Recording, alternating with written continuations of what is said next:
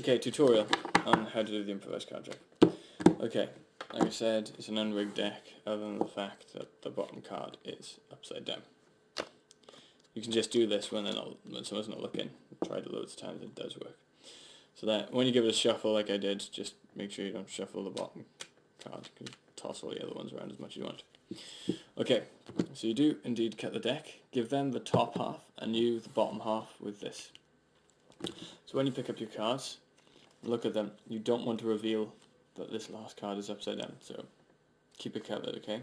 Pick any card, it doesn't matter what it is, because it's not important. Just remember 3 of diamonds, which is your bottom one.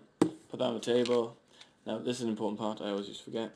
You got to put it back down, sneaky, sneaky, that way around, so with the 3 of diamonds face down, so it looks like that, but don't make it obvious. Okay, so they pick a card, any old card, doesn't matter. What do they pick?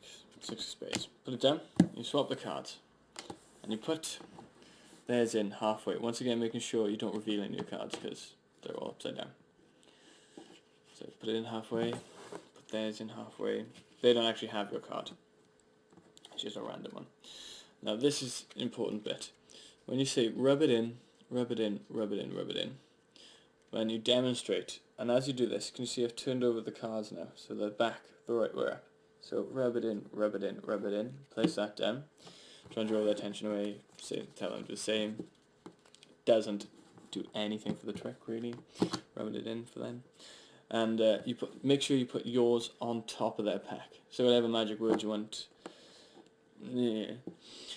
and reveal them. And so then, naming your card first, which can always be nice, even though theirs will come up first. 6 of spades, and then you say mine was a 3 of diamonds, which should be there. So, and 6 of